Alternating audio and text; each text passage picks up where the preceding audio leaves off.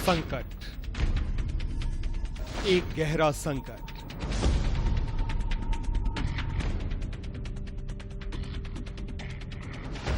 जो मंडरा रहा है एक छोटे से देश को लेकर।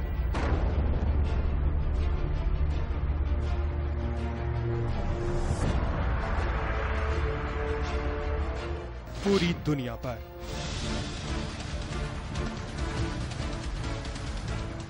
खतरा, एक बेहद बड़ा खतरा।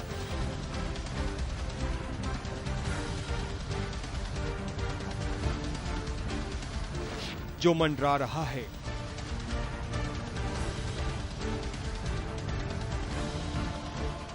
एक खास सत्ता से पैदा होकर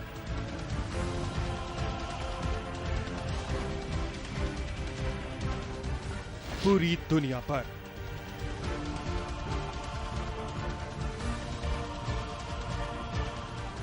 सीरिया, मध्य एशिया का एक ऐसा देश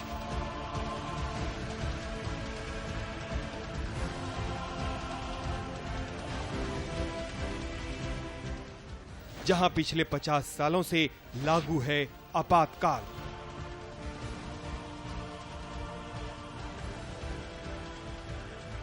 अब सीरिया को लेकर पूरी दुनिया बढ़ चुकी है दो खेमों में।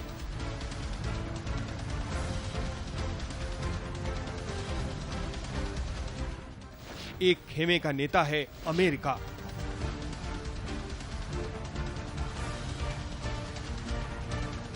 दूसरे खेमे का नेता है रूस।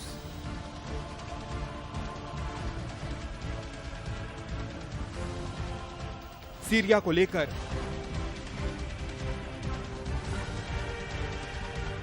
दुनिया की दो महाशक्तियां आमने सामने हैं।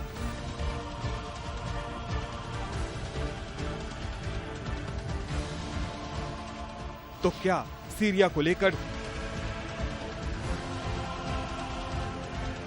शुरू होने वाला है तीसरा विश्व युद्ध?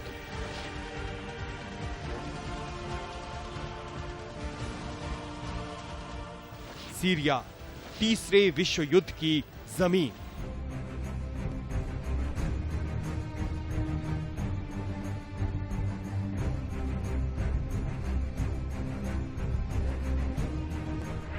सीरिया में हाल ही में आम जनता पर रासायनिक हथियारों से हमला किया गया। इस हमले में करीब 2000 लोग मारे गए और इससे भी ज्यादा लोग जिंदगी भर के लिए बेकाम हो गए।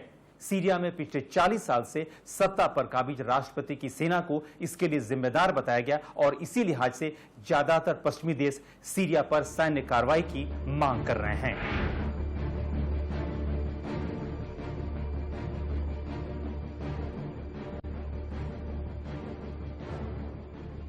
सीरिया पर हमले की आशंका और गहरी होती जा रही है।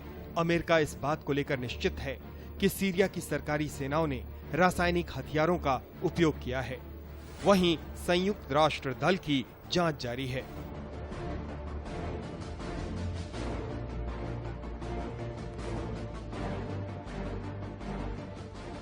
रूस और ईरान ने भी सीरिया में हमले की संभावना से पैदा होने वाले हालात पर चर्चा की है। रूस के राष्ट्रपति व्लादिमीर पुतिन और ईरान के राष्ट्रपति हसन रूहानी ने सीरिया मसले पर बात की। दोनों नेता इस बात पर राजी थे कि बिना संयुक्त राष्ट्र सुरक्षा परिषद की अनुमति के सीरिया पर सैन्य कार्रवाई उचित नहीं है। सीरिया पर लंबे समय तक हुकूमत कर चुके फ्रांस ने कहा है कि उसकी सेना सीरिया पर हमले में साथ देने के लिए पूरी तरह से तैयार है और ब्रिटेन के प्रधानमंत्री भी सैद्धांतिक तौर पर इस हमले के पक्ष में हैं, लेकिन उन्हें अपने संसद का ही समर्थन नहीं मिल पा रहा है। India, Russia, China, Brazil, Venezuela, many countries, especially BRICS state, Iran and some Arab countries. And some European countries under the table, they keep in touch with our government and they don't like to attack Syria and they know the right is on the side of Syria. इसलिए हमारा जो love पीसिंग nation है हमारा लोग साथ में है।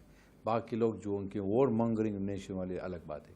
अभी देख लो इंग्लैंड में क्या हो रहा है। अभी यूरोपियन देश में सारे लोग बाहर आ जाएंगे तो अगेंस्ट वॉर, एंटी वॉर, वो भी अमेरिकन भी शुरू हो गया। इसलिए हम लोग कह रहे हैं ये वॉर के अंदर ना किसी के ये कौन राइट कौन रहेगा। सीरिया के उप विदेश मंत्री फैजल मिकदाद ने घोषणा की थी कि अमेरिका और उसके सहयोगियों के पास इस बात के कोई साक्ष्य नहीं है कि कथित रासायनिक हमले में सीरियाई सरकार शामिल है। ब्रिटेन ने भी सुझाव दिया है कि कथित रासायनिक हमले की जांच तक सीरियाई सरकार पर कोई सैन्य कार्रवाई न की जाए।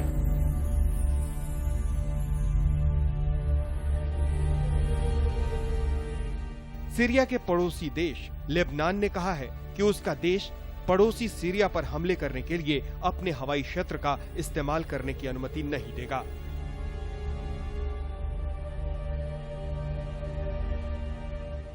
चीन ने सीरिया के मौजूदा संकट पर संयम बरतने की अपील की है। बीजिंग मध्य पूर्व की स्थिति पर करीब निगाह बनाए हुए है।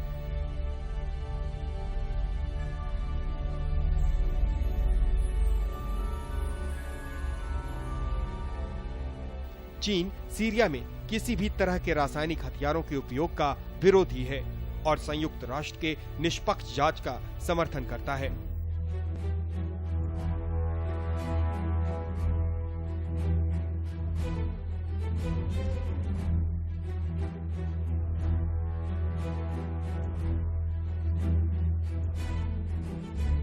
चीन के मुताबिक सीरिया संकट को हल करने का इकलौता तरीका उसका राजनीतिक हल है।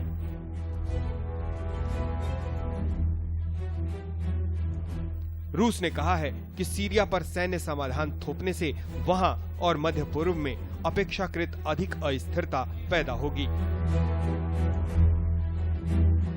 Since the beginning of the issue in Syria, Syrian government address political program to solve this issue inside Syria by national dialogue, and some part of national opposition accept that and they came to the table for discuss. But those opposition who live in 5-star hotels and get money from America and Western states and especially from GCC country, they don't come for national dialogue and they would like to make trouble inside Syria. विश्व जनमत कई बातों को लेकर सीरियाई राष्ट्रपति बशर अल असद और उनकी सरकार से नाराज है। ये बात और है कि इस नाराजगी को खाड़ी क्षेत्र में एक और लड़ाई की दलील नहीं बनाया जा सकता। सीरिया में पिछले 1.5 साल से जारी जंग को बशर ने सचेत ढंग से शिया बनाम सुन्नी की शक्ल दी, जबकि हकीकत यह है कि इसकी शुरुआत अरब तानाशाहों के खिलाफ शुरू हुए आंदोलन के रूप में हुई थी। वैसे रासायनिक हथियारों का उत्पादन और उपयोग पूरी दुनिया में प्रतिबंधित है और अपने ही देश के निर्दोष लोगों के खिलाफ इसके इस्तेमाल जितना बर्बर कृत्य कोई और हो नहीं सकता।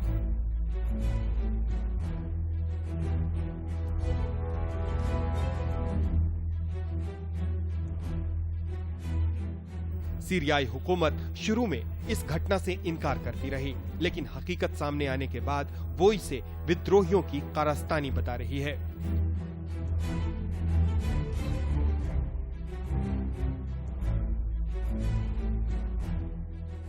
समस्या यह है कि पूरे मामले की जांच के लिए वो संयुक्त राष्ट्र के पर्यवेक्षकों को अपने यहाँ आने नहीं देना चाहता। Syrian government don't afraid for those operation, is ready to take its duty, and we respect all the decision of United Nations. We are not going for America to attack America. America will, if she will come to attack us. You cannot do your best for your people and then kill them at the same time using chemical weapons. It doesn't make sense. So people in Syria, I mean, because I have been talking with my friends, with my family there, people never believe that such a thing could happen. We believe in our government that it's doing the best for our safety, you know, for the safety of Syrian people. We believe in our president that he's been doing his best for the past 2 years and even before to just try to make Syria as safe as before. दुख की बात है कि किसी दूसरे देश में सैन्य दखल के बारे में अंतर्राष्ट्रीय कानून को लेकर कोई स्पष्ट नियम नहीं है। दुनिया में ऐसी कोई अदालत नहीं है जो किसी दूसरे देश में सैन्य दखल के लिए हरी झंडी दे। वैसे मानवीय आधार पर सैन्य हस्तक्षेप के लिए एक कानूनी ढांचा बनाया जा रहा है। 1990 के दशक में कोसोवो में मानवीय संकट उभरने के बाद रिस्पॉन्सिबिलिटी टू प्रोटेक्ट यानी R2P अस्तित्व में आया था। इसे सभी देशों ने स्वीकार नहीं किया है। इसके मूल सिद्धांत पर जरा नजर डालिए। राष्ट्रों को अपने नागरिकों के नरसंहार, युद्ध, अपराध और मानवता के खिलाफ अपराधों से बचाना होगा। अंतर्राष्ट्रीय समुदाय को ऐसे अपराधों को रोकने के लिए देशों की मदद करनी होगी। जहां कहीं भी ऐसे अपराधों के ठोस सबूत हैं और सरकार इसे रोकने में सक्षम नहीं है, वहां अंतर्राष्ट्रीय समुदाय को संकट को सुलझाने के लिए शांतिपूर्ण प्रयास करने चाहिए। अगर संकट को सुलझाने के शांतिपूर्ण तरीके नाकाम रहते हैं तो अंतर्राष्ट्रीय समुदाय सैन्य बल का प्रयोग कर सकता है। सैन्य हस्तक्षेप की अधिकतम वैधता के लिए इसे संयुक्त राष्ट्र सुरक्षा परिषद से मंजूरी मिलनी चाहिए।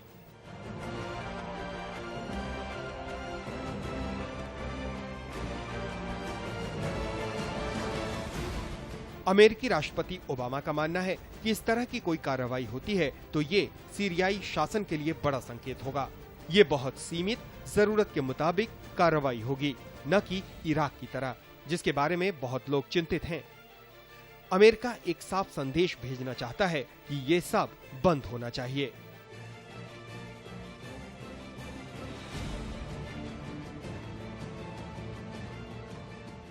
अमेरिकी संसद के हाउस ऑफ रिप्रेजेंटेटिव के स्पीकर जॉन बोहनर ने राष्ट्रपति ओबामा को एक चिट्ठी लिखी है जिसमें कई सवाल हैं। बोहनर ने ओबामा से पूछा है, ओबामा प्रशासन हमले से किस तरह के नतीजे चाहता है? संभावित सैन्य हमले का असर क्या होगा? यदि संभावित हमले का कोई परिणाम नहीं निकलता है तो आगे क्या और हमले होंगे?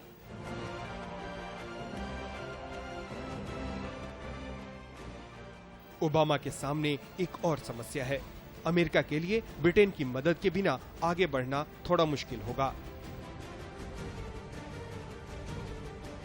ब्रिटेन के प्रधानमंत्री डेविड कैमरून को कार्रवाई से पहले अपने सांसदों को एक दूसरे मतदान की पेशकश करने और संयुक्त राष्ट्र के निरीक्षकों की रिपोर्ट आने के लिए इंतजार करने को मजबूर होना पड़ा है।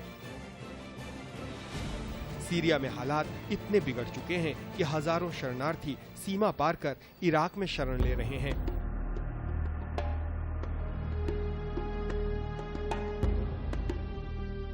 ये इराक के कुर्दिस्तान से लगने वाली सीरियाई सीमा से आ रहे हैं।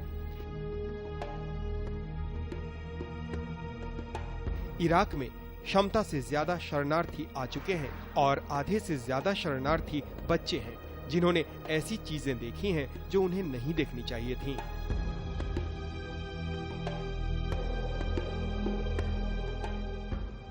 सीरिया में विद्रोह शुरू होने के बाद से 20 लाख लोग देश से पलायन कर चुके हैं। इनमें से 1,50,000 लोगों ने खुद को इराक में शरणार्थी के तौर पर पंजीकृत करवाया है। सीरिया में पिछले 2 साल से जारी जंग में अब तक 70,000 से ज्यादा लोग मारे गए हैं, लेकिन अभी तक यह स्पष्ट नहीं था कि इसकी शुरुआत कैसे हुई। लेकिन पहली बार यह बात सामने आई है कि इस जानलेवा गृहयुद्ध की शुरुआत कैसे हुई। समय के लिए विजेंद्र सिंह की रिपोर्ट।